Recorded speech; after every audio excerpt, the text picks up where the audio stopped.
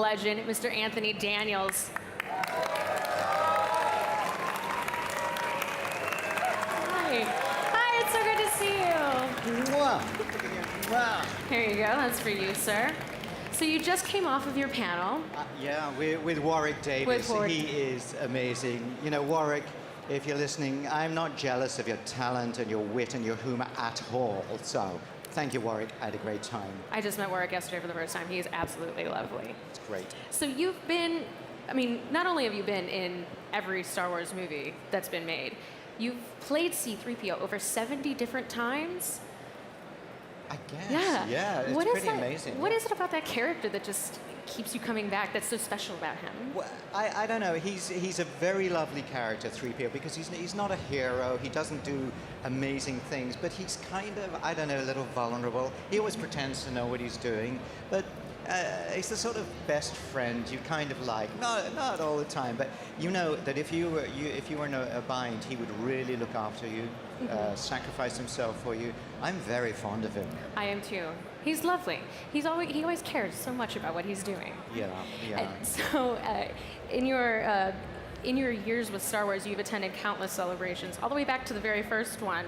Oh, I don't know if anybody was here at the first celebration in Denver in the rain. In the rain. Was anybody here in Denver? Anybody in the audience? Oh, I see a few hands. Yeah. I do see a well, few hands. Guys, oh, wait, I maybe don't they're know, just waving. I don't know if the know. camera can see behind me. Who was in Denver in the rain? Yeah? You are my brothers forever. Because it was a nightmare. And here we are at the Excel Centre in London. Everything's laid on. We're warm and dry. We've got everything we need. In Denver, it was a nightmare. But it means that anybody who was there struggled through that battle and is a lifetime friend. And you went out into the lines of people waiting to get inside the night before. Well, it's kind of 3PO thing, you know. He doesn't want people to suffer alone. So I did go out and... It's etiquette and protocol, right there. Yeah. Are there any other big celebration moments that stick out to you from over the years? I know there's probably a ton. Well, we've done it in quite a few countries now. You know, Germany, I think last year was it, which was fascinating. Or was that the year before? It was the year before. And in Japan was amazing. Because, you know, Star Wars is round the globe now. So I love it because I get to, you know, Australia would be fun, wouldn't it? That would I think be we should fun. do Celebration Australia. I don't know what everybody else thinks. You'll have to put in a good word. I know you know put some in a people. word. But what is wonderful is the fans come from everywhere. I hear so many languages, so many accents.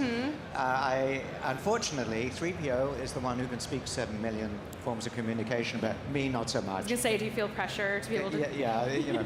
But just wonderful to meet everybody, especially the people in costumes. You know, there was a wonderful lady in a BB-8 ball yesterday. Did you see her? I saw her. Magic. It was fabulous. I wish more people would just make things. I feel like that would just be really difficult to wear, though. Like, that's commitment, because you really need to, like... Oh, yeah. Yeah. She I know how took up a you know lot of how that space on feels, having difficult to wear. Oh, yes. suits. You notice I've come in black today because it's just so much easier than the gold thing.